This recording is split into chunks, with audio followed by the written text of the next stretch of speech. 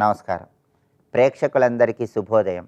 ఈనాటి శుభయోగం శీర్షికన సోమవారంతో కూడిన మాస శివరాత్రి సందర్భంగా ఎలాంటి విధి విధానాలు పాటించాలో, తద్వారా ఎలాంటి ప్రయోజనాలు సిద్ధింపజేసుకోవచ్చో పరిశీలిద్దాం. సోమవారం పరమేశ్వరుడికి ప్రీతిపాత్రమైన రోజు. మాస శివరాత్రి పరమేశ్వరుడికి ఎంతో ప్రీతిపాత్రమైన తిథి. సోమవారంతో కూడినటువంటి మాస శివరాత్రి సందర్భంగా ఈశ్వరుడికి ప్రత్యేకంగా అభిషేకం చేయటం ద్వారా శివానుగ్రహానికి సులభంగా పాత్రలు కావచ్చు. పరమేశ్వరుడికి ప్రదోషకాలం అంటే ఎంతో ప్రీతిపాత్రం. ప్రదోషకాలంలో పరమేశ్వరుడు ఆనంద తాండవం చేస్తూ ఉంటాడు. కాబట్టి సాయంకాలం 5:15 నుంచి 5:45 మధ్య ప్రాంతంలో నమ్మక చమకాలతో స్ఫటికలింగానికి కానీ, పాదరస శివలింగానికి కానీ, నర్మదా బాణలింగానికి కానీ అభిషేకం చేసుకున్నట్లయితే శివానుగ్రహం వల్ల సకల శుభాలు కలుగుతాయి. నమ్మక చమకాలు మొత్తం పారాయణ చేస్తూ అభిషేకం చేసుకోలేని వాళ్ళు దానికి ప్రత్యామ్నాయంగా పరమేశ్వరుడికి సంబంధించిన దశరుద్రనామాలు చదువుతూ అభిషేకం చేసుకోవచ్చు. ఆ దశరుద్రనామాలు చదువుతూ అభిషేకం చేసిన, నమ్మక చమకాలు మొత్తం చదువుతూ అభిషేకం చేసిన ఫలితం కలుగుతుంది. ఓం నిధనపతయే నమః, ఓం నిధనపత్యంతకాయ నమః, ఓం ఊర్ధ్వాయ నమః, ఓం ఊర్ధ్వలింగాయ నమః, ఓం హిరణ్యాయ నమః, ఓం హిరణ్యలింగాయ నమః, ఓం సువర్ణాయ నమః, ఓం సువర్ణలింగాయ నమః, ఓం దివ్యాయ నమః, ఓం దివ్యలింగాయ నమః, ఓం భవాయ నమః, ఓం భవలింగాయ నమః, ఓం శర్వాయ నమః, ఓం శర్వలింగాయ నమః, ఓం శివాయ నమః, ఓం శివలింగాయ నమః, ఓం జ్వాలాయ నమః, ఓం జ్వలలింగాయ నమః, ఓం ఆత్మాయ నమః, ఓం ఆత్మలింగాయ నమః.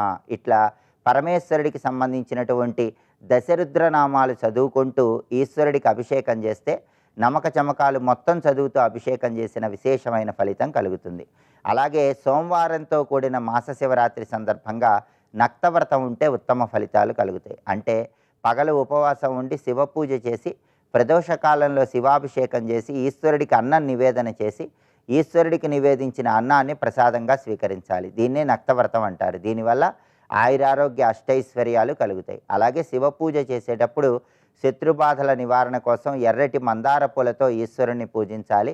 సహస్రఫణి పుష్పాన్ని ఈశ్వరుడికి సమర్పించిన శివానుగ్రహం సంపూర్ణంగా కలుగుతుంది. అందుబాటులో లేని పక్షంలో తొడిమ లేని తుమ్మి పూలతో శివపూజ చేయటం ద్వారా శివానుగ్రహానికి సులభంగా పాత్రలు కావచ్చు. దద్యోజనం ఈశ్వరుడికి నివేదన చేసిన, చిమ్మిలి ఈశ్వరుడికి నివేదన చేసిన శివానుగ్రహం వల్ల సకల సంపదలను సిద్ధింపజేసుకోవచ్చు.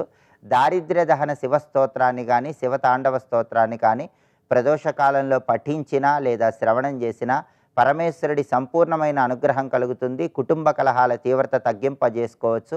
ఆర్థికంగా సత్ఫలితాలను సిద్ధింపజేసుకోవచ్చు. శ్రీ శివాయ మహాదేవాయ ఐశ్వర్యేశ్వరాయ నమః. ఈ ఒక్క మంత్రజపం చేయటం ద్వారా శివానుగ్రహానికి సులభంగా పాత్రులై సోమవారంతో కూడిన మాస శివరాత్రి సందర్భంగా సంపూర్ణంగా శివ కటాక్షం కలిగి ఆర్థికంగా చక్కటి పురోభివృద్ధిని సాధించవచ్చు. రేపటి శుభయోగం శీర్షికన కృష్ణ అంగారక చతుర్దశి సందర్భంగా ఎలాంటి విధి విధానాలు పాటించాలో, తద్వారా ఎలాంటి ప్రయోజనాలు సిద్ధింపజేసుకోవచ్చో పరిశీలిద్దాం. నమస్కారం.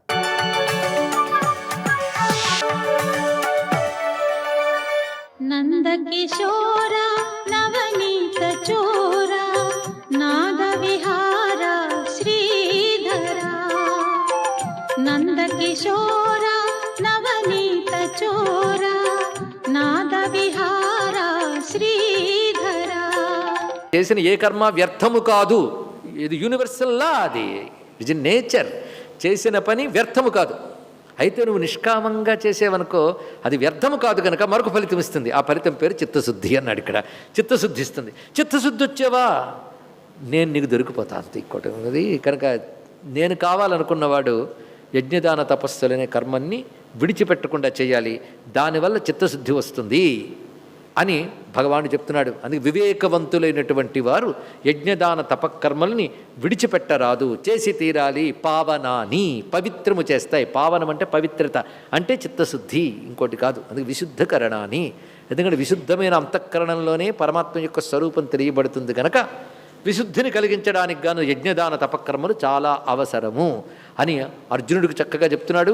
ఇక్కడ భగవానుడు తాను నిశ్చయం అని చెప్పడంలో ఉద్దేశం ఏమిటి అంటే, ఇటువంటి నిశ్చయం చేయగలిగిన సమర్థత పండితులకు కానీ ఇంకా ఏ సిద్ధులకు కానీ లేదు, భగవంతుడికి తప్ప. అందుకే నిశ్చయంగా చెప్పగలిగిన అధికారం ఈశ్వరుడికి మాత్రమే ఉంటుంది.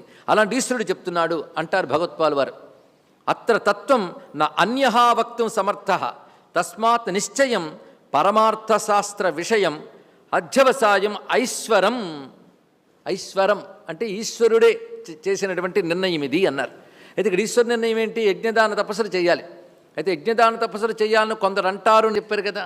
ఆ కొందరు అనేది శాస్త్రసమ్మతమైన వచనమే, అది ఈశ్వరుడి నిర్ణయమే. కానీ ఇక్కడ ఈశ్వరుడు నిర్ణయిస్తూ మరొక ప్రత్యేకత ఉందండి. అదేమిటంటే ఎందుకు చేయాలని చెప్పాడు. పావనాని మనీషిరః, అంతఃకరణ శుద్ధి కోసం.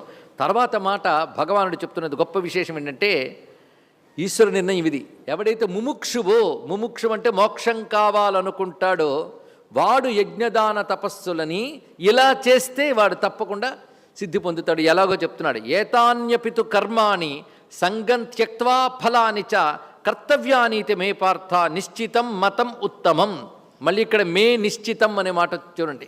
నిశ్చయం చెప్తున్నాను విను అన్నది ఇక్కడ కంప్లీట్ చేశాడు, పరిపూర్ణం చేశాడు. అంటే యజ్ఞదాన తపస్సులు చెయ్యాలి, అంతఃకరణ శుద్ధి చేస్తా అనడంతో నిశ్చయం కాలే. ఈ శ్లోకంతో నిశ్చయం పూర్తయిందనమాట. ఏమిటా నిశ్చయం? అంతఃకరణ శుద్ధి చేస్తాయి గనక యజ్ఞదాన తపకర్మలు చెయ్యను మాత్రమే కాకుండా వాటిని సంగం త్యక్త్వా ఫలానిచ, సంగము ఫలము ఈ రెండింటిని త్యజించి కానీ కర్తవ్యం అనే భావంతో చేసినట్లయితే అది ఉత్తమము అని నా యొక్క నిశ్చితమైన మతము. నా యొక్క అంటే పరమేశ్వర నిర్ణయం ఈ విధంగా ఉన్నది. అది ముముక్షమైన వాడు భగవానుడి మాట తప్ప ఇంకేమిటి పట్టుకోవాలండి? భగవాను నిర్ణయించి చెప్పాడు యజ్ఞదాన తపస్సులు మానరాదు. అది సకామంగా చేస్తే సకామ ఫలం వస్తుంది, అది మళ్ళీ నీ జన్మల్లో లోకాల్లో తిప్పుతుంది. నిష్కామంగా చేసేవనుకో రెండూ విడిచిపెట్టాలి, సంగం ఫలం. దానితో ఉన్నటువంటి ఆసక్తి, ఆ కర్మయందు ఆసక్తి. ఆసక్తి అంటే ఇంటరెస్ట్ అర్థం కాదండి, దాని ఏదో మక్కువ, అదేదో ఫలం ఇస్తుంది అనేటువంటి భావం. అదేవిధంగా నేను చేస్తున్నాన్న అహంకారం, నేనే అనుభవిస్తాననే భోక్తృత్వ భావం. ఈ కర్తృత్వ భోక్తృత్వ అహంభావాలు విడిచిపెట్టడాన్ని సంగం త్యక్త్వ అని అంటారు. సంగం అనే మాటకు అంత గట్టి పదం ఉన్నది. కేవలం ఆసక్తిని విడిచిపెట్టి అంటే ఎన్నో పనులను ఆసక్తి లేకుండానే చేస్తుంటాం. సంఘం అంటే ఆసక్తి లేకుండా అంటే అహంకారం అహంభావం లేకుండా, కర్తృత్వ భోక్తృత్వములు లేకుండా అని అర్థం. ఇక ఫలాని అన్నప్పుడు భోక్తృత్వ భావం అక్కడే ఉన్నది, కానీ దాన్ని విడిచిపెట్టాడు. సంగం త్యక్త్వా ఫలాని చ. మరి కర్మ ఎందుకు చేస్తున్నాడు? కర్తవ్యాని, ఇవి కర్తవ్యములు. మానవుడికి ఇది కర్తవ్యం, చెయ్యవలసినది. ఎందుకంటే కర్మలోకానికి వచ్చాం గనక, కర్మ చెయ్యడానికే వచ్చాం కనుక కర్మ చేయాలి. కర్మ మానేసి ఏం చేస్తాం? మానరాదు అని అడుగడుగున చెప్తున్నాడు కదా. అందుకే కర్తవ్యానీతి మే పార్థ నిశ్చితం మతం. అంటే మే నిశ్చితం మతం, నిశ్చయం చెప్తానన్నవాడు ఇది నిశ్చితమని పూర్తి చేశాడు. దీన్ని బట్టి భగవాన్ నిర్ణయం ఏంటి? యజ్ఞదాన తపకర్మలు అంతఃకరణ శుద్ధి చేస్తాయి కనుక చెయ్యాలి. అది ముముక్షువై చేయదలుచుకుంటే వాడు ఈ విధంగా చేయాలి, సంగము పరము విడిచిపెట్టి. ఇది కృష్ణ పరమాత్మ యొక్క అభిప్రాయం. అయితే ఇక్కడ ఏతాన్యపి అనో మాట ఉన్నది. ఏతాని అపి అంటే ఈ కర్మలు కూడా. ఈ కర్మలు కూడా అనగానే కొంతమంది చాలామంది వ్యాఖ్యాతలు ఏం రాశారంటే యజ్ఞదాన తపకర్మలతో పాటు ఇతర కర్మలు అన్నారు. అది కృష్ణుడి అభిప్రాయమా? కాదు కదా. ఎందుకంటే యజ్ఞదాన తపకర్మ అని చెప్పిన తర్వాత ఇతర కర్మలు అపి అంటే కూడా అన్నప్పుడు ఇతర కర్మలు అని చెప్పారు. కానీ భగవత్పాల్ వారు సరిగ్గా దీనికి భాష్యం చెప్తూ ఉంటున్నారు. ఇతర కర్మలు అని చెప్పడం కాదు ఇక్కడ అర్థం. అపి అనే శబ్దానికి అర్థం ఏంటంటే ఇవి సకామంగా చేస్తున్న కర్మలు అయినప్పటికీ, అంటే సకామంగా చేసి ఫలాన్నిచ్చే కర్మలు కూడా అయినప్పటికీ దాన్ని సంగము విడిచిపెట్టి చెయ్యాలని. అపి అనే కూడా అనే శబ్దానికి ఫలాభిలాషతో చేసేవారికి బంధహేతువులైన ఈ కర్మలు కూడా ముముక్షువులకి చిత్తశుద్ధికి కారణమవుతుంది అనే ఉద్దేశంతో అపి చెప్పాడే తప్ప ఇతర కర్మలు కలపడం కాదు. ఎందుకంటే కర్మలు పెరుగుతున్న కొద్ది బంధం పెరుగుతుంది, కానీ యజ్ఞదాన తపకర్మలు మాత్రం చేసి తీరాలి. కర్మబంధం పెరిగితే జన్మలు ఉంటాయి. నీకు బంధం అక్కర్లేదనుకుంటే సంఘం విడిచిపెట్టి ఫలం విడిచిపెట్టి చెయ్యు అన్నారు. అందుకే సంఘస్య ఫలార్థిన బంధహేతవ ఏతాన్యపి కర్మాణి ముముక్షోహ కర్తవ్యాని. సంఘంతో చేసిన వారికి బంధహేతువులైన కర్మలైనప్పటికీ ఏవి? యజ్ఞదాన తపస్సులు కూడా సంఘముతో ఫలాకాంక్షతో చేస్తే అవి ఇహలోక పరలోక సుఖాలనిస్తూ మళ్ళీ జన్మలకి హేతువులవుతాయి. కానీ ముముక్షోహో, ముముక్షువైన వాడికి కర్తవ్యాని ఇతి, ఇవి కర్తవ్యములు అని చెప్పడం కోసం అపి అనే శబ్దాన్ని వాడాడు. అంతేగా నత్వన్యకర్మాణి అపేక్ష ఏతాన్యపి ఇత్యుచ్యతే స్పష్టం చేశారు. ఇతర కర్మలు కూడా అని చెప్పడం కృష్ణుడి ఉద్దేశం కాదు. యజ్ఞదాన తపకర్మలు ఇక్కడ ప్రధానంగా తెలుసుకోవాల్సినది. దీన్నే మళ్ళీ నిత్య నైమిత్తిక కర్మలను కొందరు వ్యాఖ్యానించారు. అది కూడా సరిపోతుంది. నిత్య నైమిత్తికాలు మానరాదు కనుక మానవలసిన ఏమిటి? ముముక్షువైన వాడు కామ్యకర్మలు. అయితే ఇక్కడ మరొకటి తెలుసుకోవాలి. కామ్యకర్మలు నిషేధకర్మలు కూడా అని. నిషేధకర్మలు కూడా విడిచిపెట్టాలి. అయితే ముముక్షువుకి నిషేధకర్మలు విడిచిపెట్టని చెప్పక్కర్లేదు. నిషేధకర్మ ఎవడైనా సకామంగా చేసేవాడైనా నిషేధకర్మ విడిచిపెట్టాలి, లేకపోతే దుష్ఫలితాలు వస్తాయి. అందుకే ప్రత్యేకించి నిషేధకర్మలు విడిచిపెట్టాలి అని భగవానుడు చెప్పలేదు కనుక నేను అవి చేయడం మొదలు పెడతానంటే సరిపోదు ఇక్కడ. అందుకని కామ్యానాం కర్మణాన్యాసం అన్నప్పుడు నిషేధకర్మలు ఎలా విడిచిపెడతావు? కామ్యకర్మలు మంచివని చేస్తుంటావు గనక కామ్యములు విడిచిపెట్టు అన్నాడు. అందుకే ప్రత్యేకమైన ఫలాల కోసం చేసేటువంటి శాస్త్రచోదిత కర్మల్ని కామ్యకర్మలు అంటారు. వాటిని విడిచిపెట్టి తాను నిత్యంగా నైమిత్తికంగా చేయవలసిన ప్రధానములను యజ్ఞదాన తపస్సులు ఏవో అవి చేయాలి, కర్తవ్యములని. నియతస్యతు సన్యాస కర్మణో నోపపద్యతే. దీన్ని బట్టి తెలుస్తున్నది ఏంటంటే తస్మాద్ అజ్ఞస్య అధికృతస్య ముముక్షోహో, ఇంకా ఆత్మజ్ఞానం రానటువంటి కర్మాధికారి అంటే శాస్త్రములు చెప్పిన కర్మ చెయ్యడానికి ఎవడికి అధికారం ఉందో వాడు ఇంకా అజ్ఞుడు అంటే ఆత్మజ్ఞానం వాడికి ఇంకా రాలేదు. ఆత్మజ్ఞానం వచ్చిన వాడు సహజంగా కర్మలను విడిచిపెట్టేస్తాడు, వాడి విషయం వేరు. అంతవరకు కూడాను కర్మలను ఆచరించవలసినదే. ఒకవేళ ఆత్మజ్ఞానం కావాలనుకో లేదా మోక్షం కావాలనుకో ఈ విధంగా చెయ్యి అని చెప్తూ నియతస్యతు సన్యాస కర్మణో నోపపద్యతే మోహాత్తస్య పరిత్యాగ తామస పరికీర్తిత. ఇక్కడ నుంచి కర్మత్యాగం అన్నాం కనుక అదేదో గొప్ప విషయం అనుకుంటాం, కానీ కర్మత్యాగం చేసేవాళ్ళు తామసులు ఉన్నారు, రాజసులు ఉన్నారు, సాత్వికులు ఉన్నారు. నేను చెప్పబోతున్నది సాత్వికమైనటువంటి కర్మత్యాగమే గొప్పది అని చెప్పబోతున్నాను. మరి తామసత్యాగము అదేవిధంగా రాజసత్యాగము ఉంటుందా అంటే కావలసినంత ఉంటుంది. కలియుగంలో వ్యత్యాసములు అవుతూ ఉంటే చేయవలసిన వారు మానేస్తూ ఉంటారు. ఇక్కడ మొత్తానికి కర్మత్యాగం చేయడం అనేటువంటిది కూడా జాగ్రత్తగా తెలిసి చేయాలి సుమా. ఇక్కడ తామసత్యాగి, రాజసత్యాగి, సాత్విక త్యాగి అని చెప్పాడు. సాధారణంగా అన్ని చోట్ల సాత్విక రాజస్తామస్ చెప్పినప్పుడు ఇక్కడ తామసం నుంచి మొదలుపెట్టాడు. ఇక్కడ అంటే విడిచిపెట్టాల్సినవేవో మొదలు చెప్తున్నాడు. విడిచిపెట్టాల్సిన తామసాన్ని రాజసాన్ని, కర్మని కాదు. స్వస్తి.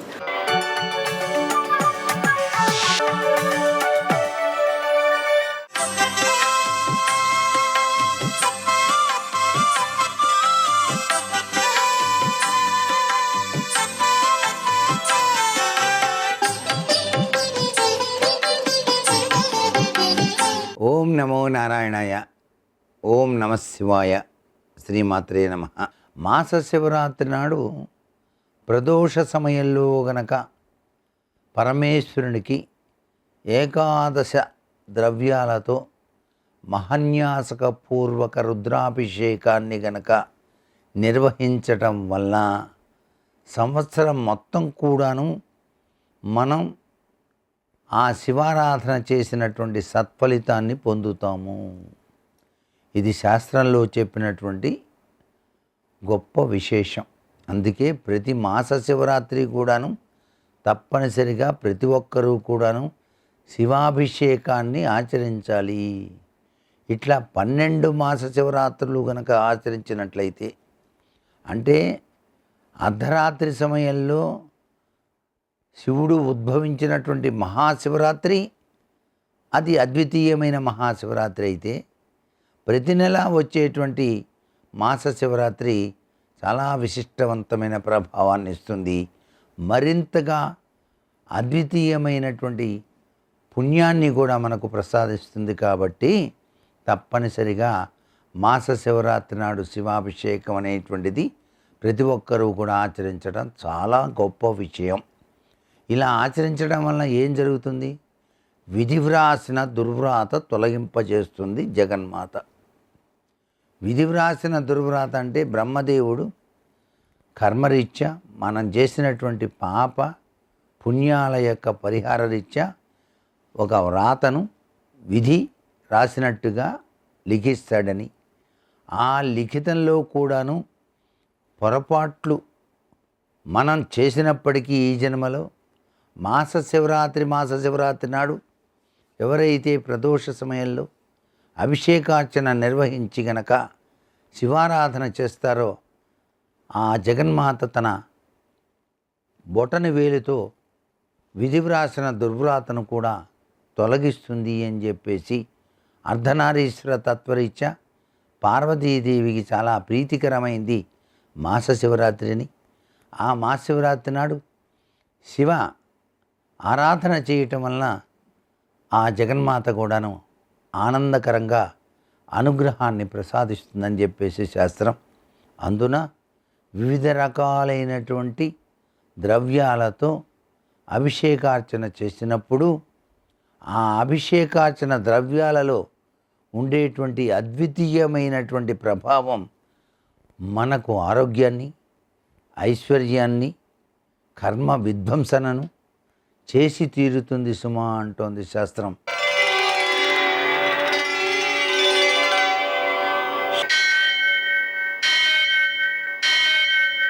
సహస్రశీరుషం దేవం విశ్వాక్షం విశ్వశంభువం విశ్వం నారాయణం దేవమక్షరం పరమం పదం విశ్వతః పరమాం నిత్యం విశ్వం నారాయణగుం హరిం విశ్వమేవేదం పురుషస్తద్విశ్వముపజీవతి పదిం విశ్వస్యాత్మేశ్వరం శాశ్వతం శివమచ్యుతం నారాయణం మహాజ్ఞేయం విశ్వాత్మానం పరాయణం.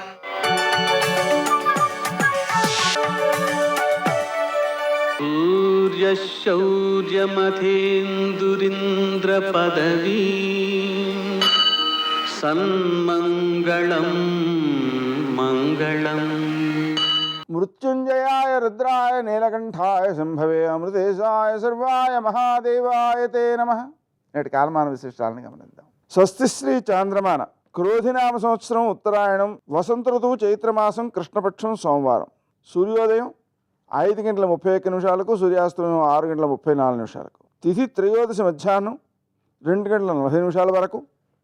నక్షత్రం రేవతి సాయంకాలం 5:43 వరకు. వర్జం ఉదయం 6:49 నుంచి 8:16 వరకు. దుర్ముహూర్తం మధ్యాహ్నం 12:38 నుంచి 1:29 వరకు. మరల మధ్యాహ్నం 3:11 నుంచి 4:01 వరకు.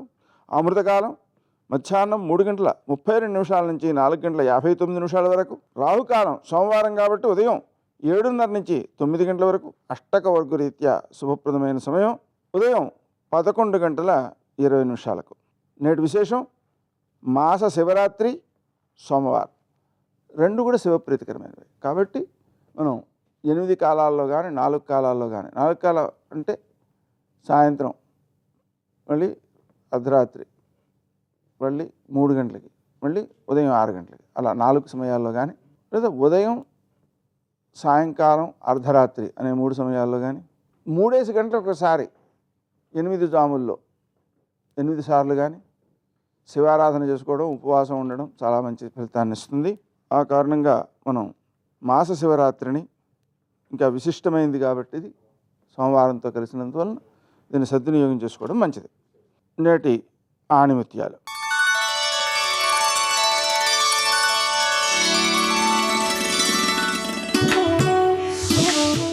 జ్ఞానం లేకపోవడం కన్నా శ్రద్ధ లేకపోవడం ఎక్కువ ప్రమాదకరం.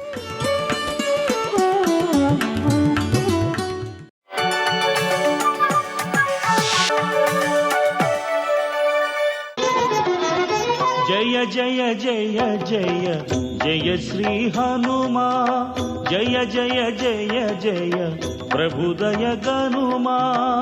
ఒకానొక నాడు ఒక వానరుడు వస్తాడు. ఆ వానరుడి చేతిలో నువ్వు ఓడిపోతావు. ఏనాడు నువ్వు ఓడిపోతావో ఆనాడు లంకాపట్టణానికి చేటు దాపురించింది, రాక్షస వినాశనం జరుగుతుందని గుర్తు. నందీశ్వరుడు కూడా అదే శాపం ఇచ్చాడు, నీ చేతిలో నేను ఓడిపోయాను. ఈ రావణుడు సీతమ్మ మహాపతివ్రతని అపహరించి తెచ్చి లంకలో బంధీకృతురాల్ని చేశాడు. నాకు ఇప్పుడు అర్థమవుతోంది, ఇక రావణుడు ఎంతో కాలం ఉండడు, రాక్షసులు ఉండరు. యథేచ్ఛగా లోపలికి ప్రవేశించి సీతాన్వేషణం చేయి, ఎక్కడుందో జాడ కనిపెట్టు అంది. కానీ ఆయన ద్వారంలోంచి వెళ్ళలేదు. అద్వారేణ మహాబాహు ప్రాకారమభిపుప్లువే ప్రవిశ్య నగరీం లంకాం కపిరాజహితంకర.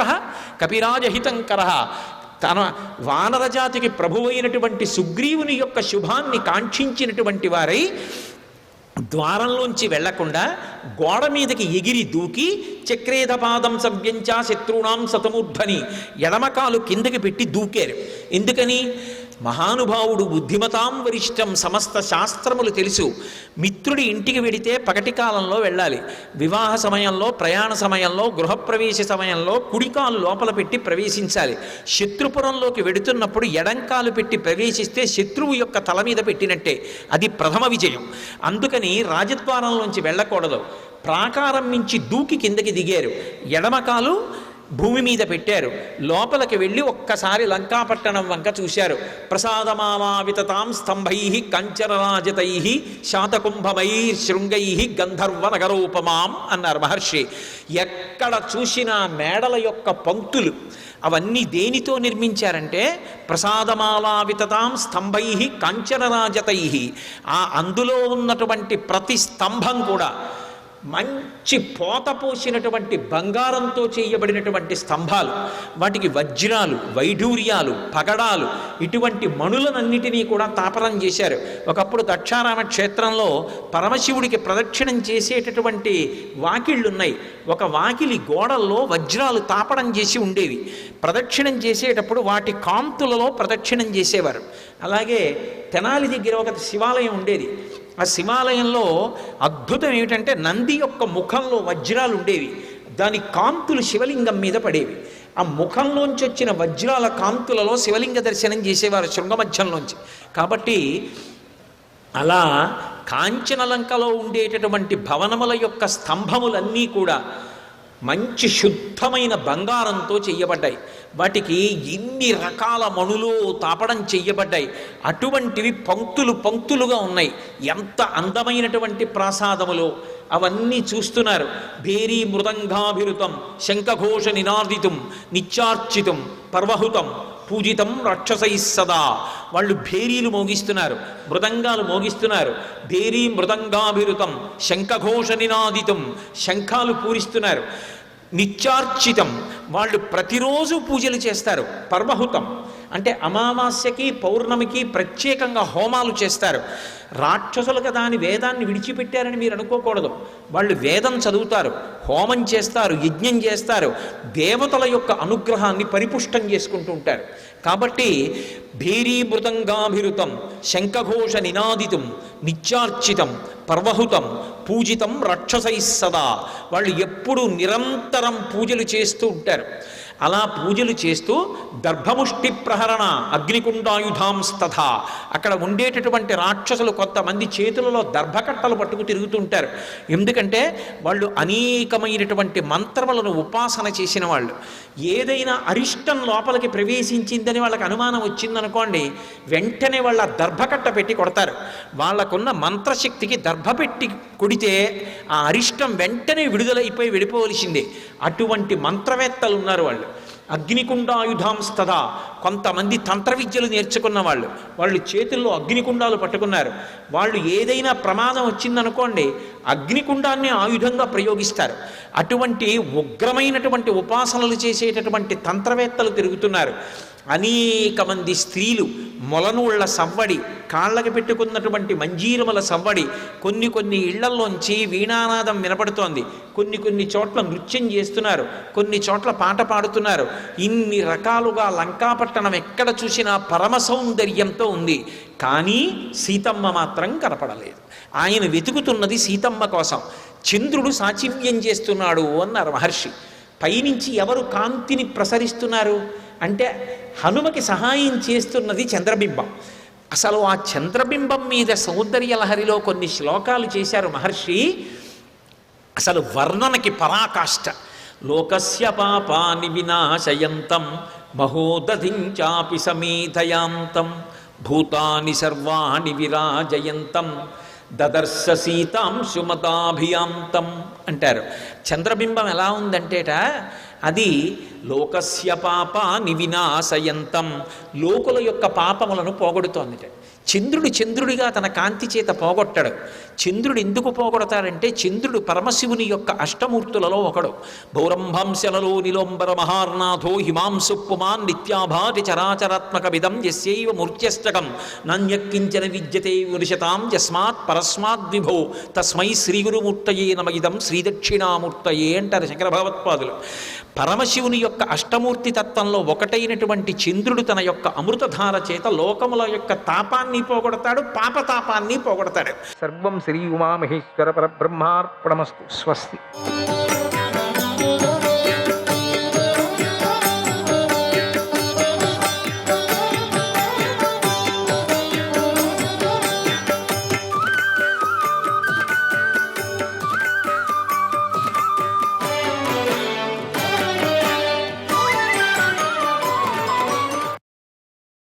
ఓ రాధయ్య, వరణావతంలో లక్క ఇంట్లో నిద్రిస్తున్న పాండవులను తగులు పెట్టించావు. అప్పుడు నీ ధర్మం ఎక్కడికి పోయింది? ఋతుమతి అయిన ద్రౌపది దుశ్శాసనుడికి వశమైనప్పుడు నిండు సభలో నువ్వు గట్టిగా నవ్వావు. అప్పుడు నీ ధర్మం ఎక్కడికి పోయింది? నిరపరాధి అయినటువంటి ద్రౌపది మర్యాద తెలియని కౌరవుల చేత బాధపడుతూ ఉన్నప్పుడు నువ్వు ఊరూరికే చూస్తూ ఉండిపోయావు. క్వతే ధర్మస్తథాగత. అప్పుడేమైంది? అప్పుడు నీ ధర్మం ఎక్కడికి పోయింది? ఓ రాధేయ, నువ్వు నిండు సభలో ద్రౌపదితో ఇలా అన్నావు, ఓ ద్రౌపది, పాండవులు నశించారు, శాశ్వత నరకంలో పడ్డారు, ఇక నువ్వు మరో భర్తను కోరుకో అని అంటూ ద్రౌపదిని చూస్తూ కూర్చున్నావు. కొత్త ధర్మస్తథాగతగా. అప్పుడెప్పుడు పోయింది? అప్పుడు నీ ధర్మం ఎక్కడికి పోయింది? కర్ణ ఆ సభలో రాజ్య లోపంతో ఆ సభలో శకుని ఆశ్రయించి నువ్వు పాండవులను కట్టాలు పాలు చేశావు. కొత్త ధర్మస్తథాగత. అప్పుడు నీ ధర్మమే ఎక్కడికి పోయింది? మహారథులైన చాలామంది కలిసి యుద్ధభూమిలో బాలుడైన అభిమన్యుణ్ణి చుట్టుముట్టి అన్యాయంగా చంపేశారు. కొత్త ధర్మస్తథాగత. అప్పుడు నీ ధర్మం ఏమైందిరా? ఆ సమయంలో లేని ధర్మం గురించి, అప్పుడు పాటించని ధర్మం గురించి ఈ రోజున మాట్లాడితే ఏం లాభం ఉంటుంది? కరుణ, ఈ రోజున నువ్వు ఇక్కడ ఎన్ని ధర్మాలు నువ్వు పలుకుతున్నావు. ధర్మాలు నిన్ను ప్రాణాలతో విడిచిపెట్టేది లేదు. మేము నిశ్చయించుకున్నాడు. ఆనాడు పుష్కరుడు పాచికలతో నలుని జయించాడు. అయినా నలుడు పరాక్రమంతో తిరిగి రాజ్యాన్ని పొందాడు. అలాగే లోపం లేని పాండవులు కూడా అందరితో కలిసి ఈ యుద్ధ భూమిలో పెద్ద పెద్ద శత్రువులను చంపుతారు, తిరిగి రాజ్యాన్ని పొందుతారు. ఇందులో సందేహం లేదు. సోముకులతో కలిసి అధికారాన్ని అనుభవిస్తారు. తథాగత ధార్తరాష్ట్ర వినాశం ధర్మాభిగుప్తై సతతం నృసింహై.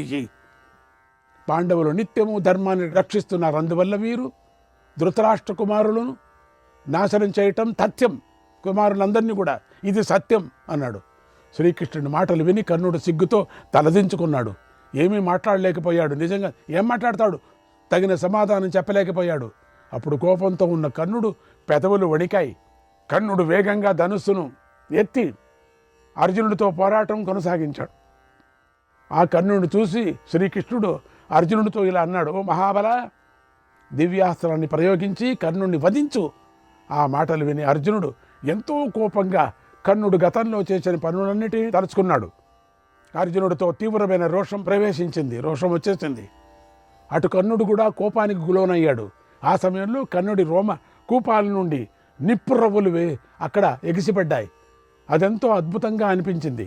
అప్పుడు కర్ణుడు బ్రహ్మాస్త్రాన్ని ప్రయోగించి అర్జునుడిపైకి బాణాలను కురిపించాడు. వెంటనే రథాన్ని పైకెత్తడానికి ప్రయత్నం చేశాడు. ఇంతలో అర్జునుడు కూడా బ్రహ్మాస్త్రాన్ని ప్రయోగించి కర్ణుడిపైకి బాణవర్షం కురిపించాడు. అలా కర్ణుడి అస్త్రాన్ని తన అస్త్రంతో నివారించి మళ్ళీ బాణాలు ప్రయోగించి కర్ణుడిని గాయపరిచాడు. తర్వాత అర్జునుడు అగ్నిదేవుడికి ఇష్టమైన మరొక అస్త్రాన్ని కర్ణుడి మీదకి ప్రయోగించాడు. ఆ అస్త్రం తేజస్సుతో మండిపోతుంది. దాన్ని కర్ణుడు వరుణాస్త్రాన్ని ప్రయోగించి శాంతింపజేశాడు. ఆ సమయంలో నలుదిక్కులను మేఘాలు ఆవరించి చీకటిలో కప్పేశాయి. అప్పుడు అర్జునుడు తడబడకుండా వాయువాస్త్రాన్ని ప్రయోగించాడు. కర్ణుడు చూస్తుండగానే ఆ మేఘాలను చెదరగొట్టాడు.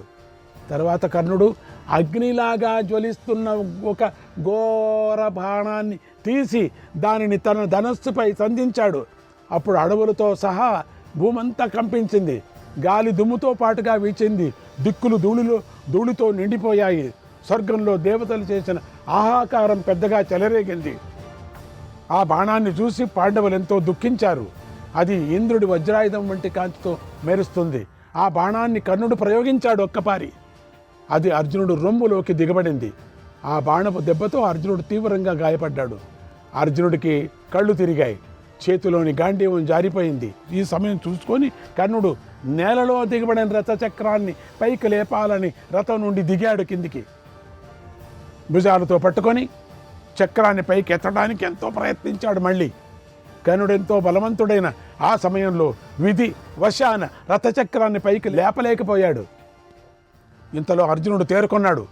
కర్ణుడు చూసి వెంటనే యమదండం వంటి ఒక అంజలీకాన్ని చేతిలో పట్టుకున్నాడు. అప్పుడు కృష్ణుడు ఇలా అన్నాడు, ఓ అర్జున, కర్ణుడు రథాన్ని ఎక్కకూడదు, ఎక్కక ముందే బాణాన్ని ప్రయోగించు, అతడి శిరస్సును త్రుంచేయి అని ఆజ్ఞాపించాడు. అర్జునుడు అలాగే అని ఆ కృష్ణుడి యొక్క మాటలు పాటించి కర్ణుడి మీద జ్వలిస్తున్న ఒక బాణాన్ని తీసుకున్నాడు. కర్ణుడి రథంపై నిర్మలంగా సూర్యుడి వర్ణంతో ప్రకాశిస్తున్న ధ్వజాన్ని కొట్టాడు. అది నాగకక్ష చిహ్నంగా ఉన్నటువంటి ధ్వజం. బంగారుమయమైన ఆ సుందర ధ్వజాన్ని గొప్ప జ్ఞానం గల శిల్పులు నిర్మించారు. ఆ ధ్వజం లోక విఖ్యాతమైనది. నీ సేనను జయం కలిగిస్తూ ఉంటుంది, శత్రువులకు భయాన్ని కలిగిస్తూ ఉంటుంది, నీ వారి చేత అభినందనను అందుకుంటూ ఉంటుంది. అది తేజస్సుతో అగ్ని, సూర్యుడు, చంద్రుడితో సమానంగా ఉంది. అటువంటి కర్ణుడి ధ్వజాన్ని అర్జునుడు ఒక క్షుర ప్రతంతో ఖండించాడు. దాంతో కౌరవుల యశస్సు, దర్పం, హృదయాలు ఒక్కసారిగా కుంగిపోయాయి. అట్లా అది పోతే ఇంక పోయినట్టే. ధ్వజం పడిపోవటాన్ని చూసి నీ సేనలో మహాహాకారాలు ధ్వని పెద్దగా చెలరేగాయి. మహారాజా, ఇంతలో కర్ణుడి ధ్వజం నేల మీద పడిపోయింది. దాన్ని చూసి నీ వారందరూ కర్ణుడికి ఇక జయం కలగదు అనుకుంటున్నారు. తర్వాత అర్జునుడు కర్ణుడి చంపాలని తొందరపడ్డాడు. వెంటనే అర్జునుడు అంబుల పొది నుండి ఒక బాణాన్ని తీశాడు. అది ఇంద్రుడి వజ్రాయుధంలాగా ఉంది, అగ్నిదండంలాగా ఉంది. అది అగ్ని సూర్యులతో సమానంగా ఉంది. ఎంతో విశాలమైనది. సైనికులు, గుర్రాలు, ఏనుగులు ప్రాణాలను హరిస్తుంది. 3 మూరలు పొడవుగా ఉంది, 6 రెక్కలతో ఉంది. అతి వేగంగా ప్రయాణిస్తుంది. అది ఇంద్రుడు వజ్రాయుధం వంటి శక్తి కలిగి ఉంది. నోరు తెరిచిన కాలాగ్నిలాగా అతి భయంకరంగా ఉంది. శివుడి పినాకంతో సమానంగా ఉంది, శ్రీగరి చక్రంతోనూ సమానంగా ఉంది.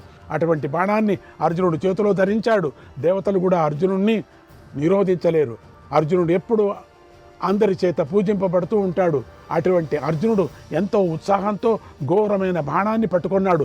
అప్పుడు సమస్త చరాచర జగత్తు తీవ్రంగా కంపించిపోయింది. ఆ రణభూమిలో ఉన్నటువంటి ఋషులు అర్జునుడు అలా బాణాన్ని ధరించడాన్ని చూసి ఈ జగత్తుకు శుభం కలుగుగాక, శుభం కలుగుగాక అని పెద్దగా అరిచారు. తర్వాత అర్జునుడు అప్రమేయమైన ఆ బాణాన్ని గాంధీవ ధనస్సుకు తందించాడు.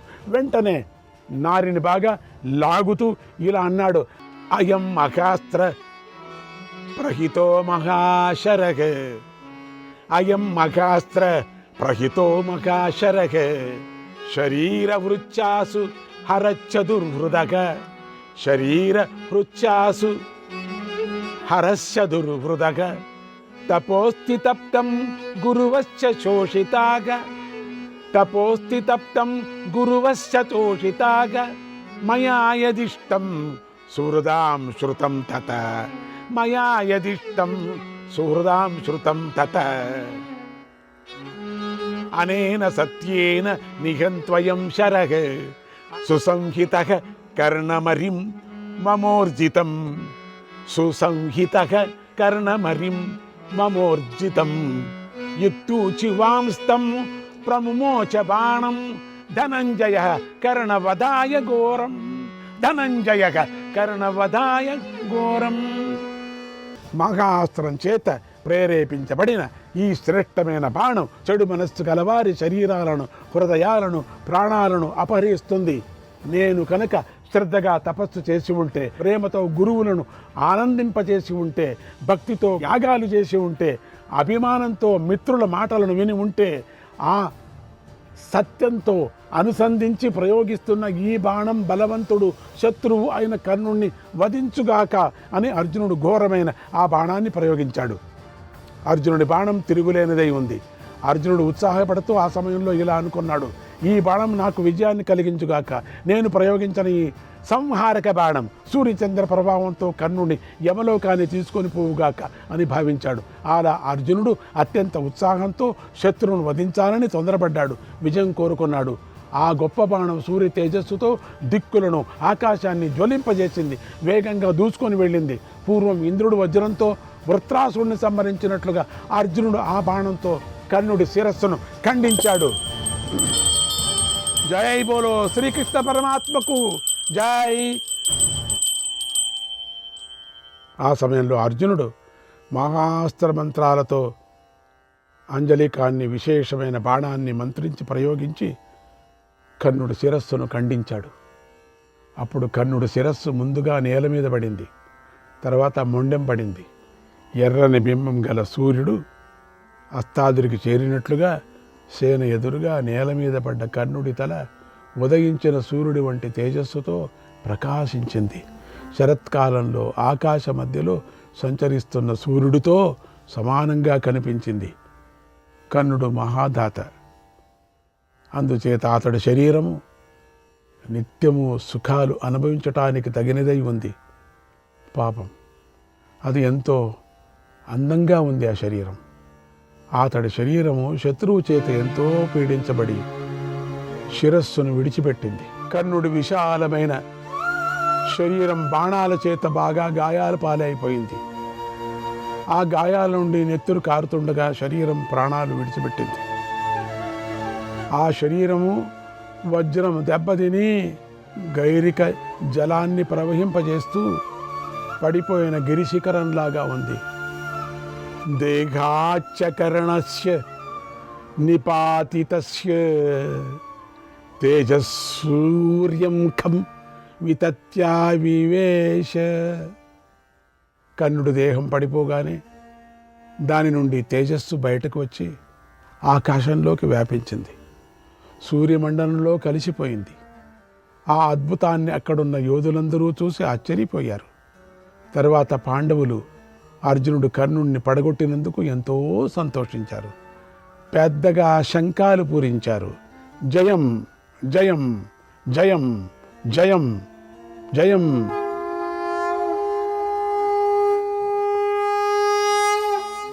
అలాగే కృష్ణుడు, అర్జునుడు, నకులుడు, సహదేవుడు ఆనందంగా శంఖాలను ఊదారు. వాళ్ళకిట్టమచ్చినట్టు ఊదిందే. సోమకులు మరణించి ఉన్న ఆ కర్ణుడిని చూసి తమ సైన్యాలతో కలిసి పెద్దగా సింహనాదాలు చేశారు. ఓ మహారాజా, పాండవ పక్షంలోని వారు ఎంతో ఆనందిస్తూ తుర్యానాదాలు మ్రోగించారు. వస్త్రాలను ఎగవేసి గాలిలో ఊపారు, చేతులు పైకెత్తి ఊపారు. ఎంతో ఆనందంతో అందరూ అర్జునుడిని ప్రశంసించారు. యోధులందరూ సంతోషంగా అర్జునుడు చుట్టూ చేరి గుమిగూడారు. సైనికులు మరణించిన కర్ణుడిని చూసి ఒకరినొకరు కౌగిలించుకున్నారు, గర్జించారు, నృత్యాలు చేశారు.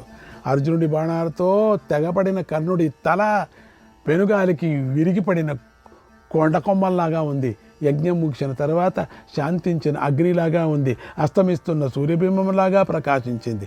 కర్ణుడి శరీరమంతా బాణాలు గుచ్చుకొని నెత్తుడి ప్రవాహంతో తడిసి ఉంది. అది కిరణాలతో ప్రకాశిస్తున్న సూర్యుడిలాగా కనిపించింది.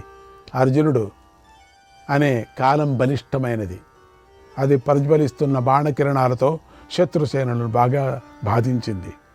కర్ణుడనే సూర్యుడిని అస్తమించేలాగా చేసింది. అస్తమిస్తున్న సూర్యుడు కాంతిని అపహరించేటట్లుగా అర్జునుడి బాణం కర్ణుడి జీవితాన్ని అపహరించింది. అర్జునుడు మర్నాటి కోసం ఆగలేదు. అంజలీకంతో కర్ణుడి శిరస్సును ఖండించాడు. అప్పుడు శిరస్సుతో పాటుగా శరీరం కూడా ఆ మధ్యాహ్న సమయంలో నేల మీద పడింది. అర్జునుడి బాణం అమోఘమైనది. అది సేనలన్నిటినీ దాటి కర్ణుడి శిరస్సును దేహంతో సహా సులువుగా అపహరించింది. అలా శూరుడైన కర్ణుడి దేహమంతా బాణాలు గుచ్చుకొని ఉన్నాయి. దేహమంతా నుత్తుడితో తడిసి ఉంది. కర్ణుడు నేల మీద పడి ఉన్నాడు. అతన్ని శల్యుడు చూశాడు.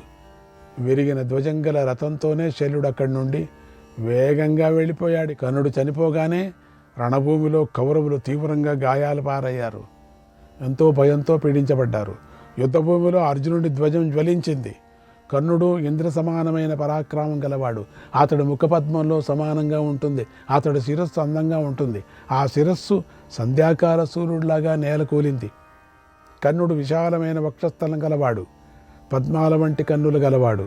బంగారు రంగు గలవాడు. అటువంటి కర్ణుడు అర్జునుడి బాణాలతో బాగా తపింప నేలకూలాడు. దుమ్ముతో ఆవరించబడ్డాడు. సూర్యుడు తన ఆ కుమారుడిని స్థితికి దుఃఖించాడు. అప్పుడు ఆయన కాంతి మందగించింది. మెల్లమెల్లగా ఆయన తన మందిరానికి వెళ్ళిపోయాడు అన్నాడు సంజయుడు. శ్రీకృష్ణాయ పరమాత్మనే నమః. 92వ అధ్యాయం. సంజయుడు ధృతరాష్ట్రుకి ఇలా చెప్తున్నాడు, మహారాజా, యుద్ధంలో కరుణార్జునులు ప్రయోగించిన బాణాల చేత సేనలన్నీ నశించాయి. కర్ణుడు రథహీనుడై ఉండగా మరణించాడు. శల్యుడు పూర్తిగా ధ్వంసమైన రథంలో యుద్ధభూమి నుండి వెళ్ళిపోయాడు. కౌరవుల రథాలు, గుర్రాలు, ఏనుగులు చెల్లాచెదురుగా పడిపోయాయి. నీ సేనంతా దాదాపుగా నశించింది. కర్ణుడు చనిపోవటంతో అక్కడ దుర్యోధనుడు దీనుడైపోయాడు. మాటిమాటికి ఆర్తితో నిట్టూర్చాడు, కన్నీరు కార్చాడు. రణభూమిలో శూరుడైన కర్ణుడు బాణాలు గుచ్చుకొని రక్తసిక్తమైన దేహంతో నేల మీద పడి ఉన్నాడు. అప్పుడు కర్ణుడు అనుకోకుండా నేలకు దిగి వచ్చిన సూర్యుడిలాగా ఉన్నాడు. వెలిగిపోతున్న ఆ కర్ణుడి దేహాన్ని చూడాలని అందరూ చుట్టుముగారు. కొందరు ఆనందించారు, కొందరు భయపడ్డారు, కొందరు విషాదానికి లోనయ్యారు, మరికొందరు ఆశ్చర్యపోయారు, ఇంకొందరు శోకించారు. ఇటు నీవారు అటు పాండవులు కూడా వారి వారి స్వభావాల ప్రకారం తమ తమ భావాలను వ్యక్తం పరిచారు. అర్జునుడి బాణాల తాకిడికి కర్ణుడు కవచం బద్దలైపోయింది అనుకున్నాం కదా. ఆభరణాలు, వస్త్రాలు, ఆయుధాలు చిన్నాభిన్నమైపోయాయి. కౌరవులు రణభూమిలో బలశాలి అయినటువంటి కర్ణుడు ప్రాణాలు కోల్పోయాడు అని విని అతడి శరీరాన్ని చూసి భయపడ్డారు. అప్పుడు భీముడు విజృంభించాడు. నీ కుమారులను బెదిరిస్తూ భీకరంగా గర్జించాడు. ఊగుతూ రణభూమిలో నాట్యం చేశాడు. అప్పుడు పాండవ పక్షంలోని సోమకులు, సృంజయులు శంఖాలు పూరించారు, సింహనాదాలు చేశారు. కర్ణుడు మరణించినందుకు రాజులందరూ ఆనందించి ఒకరినొకరు కౌగిలించుకున్నారు, అభినందించుకున్నారు. అర్జునుడు అలా మహా సంహారాన్ని సాగించి సింహం ఏనుగును వధించినట్లుగా కర్ణుడిని వధించాడు. తన ప్రతిజ్ఞను పూర్తి చేసుకున్నాడు. ఎప్పుడు ప్రతిజ్ఞ చేసేవాడు కదా, అర్జునుడు పూర్తి చేసుకున్నాడు. శత్రుత్వానికి ముగింపు అక్కడికి పలికాడు. తన శత్రువు అయిపోయింది. ఇంత ఘోరాన్ని కళ్ళతో చూసిన శల్యుడు చైతన్యహీనుడయ్యాడు. ధ్వజం లేని రథంతో వేగంగా దుర్యోధనుడి వద్దకు వెళ్ళి దుఃఖిస్తూ ఇలా అన్నాడు, ఓ మహారాజా, నీ సేన ఏనుగులను, గుర్రాలను, రథాలను, వీర సైనికులను కోల్పోయింది. ఇప్పుడు రణభూమి యమరాజ్యంలాగా ఉంది. మహాత్ములంతా వీరుడైన స్నేహితులు, గుర్రాలు, ఏనుగులతో ఒకరినొకరు ఎదిరించారు, మరణించారు. కర్ణుడు యుద్ధంలో కృష్ణార్జునులను ఇంకా మిగిలిన నీ శత్రువులను ఘోరంగా ఎదిరించాడు. దైవం ధ్రువం పార్థవశాత్ ప్రవృత్తం, దైవం ధ్రువం పార్థవశాత్ ప్రవృత్తం, యత్ పాండవాన్ పాతి హినస్తి చాస్మన్, తవార్త సిద్ధ్యర్థకరాస్తు సర్వే, ప్రసఖ్యస్య వీరా నిహతా ద్విషద్భిః. కానీ దైవం నిశ్చయంగా అర్జునుడికి అది వశమై ప్రవర్తించింది. అందుకే దైవం పాండవులను రక్షించి మనలను హింసించింది, బాధించింది. నీకు మేలు చేయాలని కోరుకునే వీరులందరూ శత్రువుల చేతిలో చనిపోయారు. ఓ రాజా, నీ వీరులు కుబేర, యమ, ఇంద్రుల వంటి ప్రభావం కలవారు, బలపరాక్రమాలు, శౌర్య తేజస్సులు, వివిధ గుణాల్లోనూ గొప్పవారు. అవధ్యకల్పా నిహత నరేంద్రాఘ, తవార్త కామాయుధి పాండవేయైః, తన్మా శుచో భారత దిష్టమేతత్, పర్యాశ్వస త్వం న సదాస్తి సిద్ధిః, వారంతా చంపటానికి శక్యం కానివారు. కానీ నీకు మేలు జరగాలనే ఉద్దేశంతో వారు పోరాడి పాండవుల చేతిలో హతులైపోయారు. ఓ రాజా, బాధపడకు. ఇదంతా విధిలీల. అందరికీ అన్ని వేళలా కార్యం సిద్ధించదు కనుక నువ్వు ఊరటదెందు, శాంతించు అన్నాడు. అందరికీ అన్ని విచారాల అన్ని సందర్భాల్లోనూ అనుకున్నట్టు పని జరగదు. విధి వక్రిస్తూనే ఉంటుంది. శ్రీకృష్ణాయ పరమాత్మనే నమః.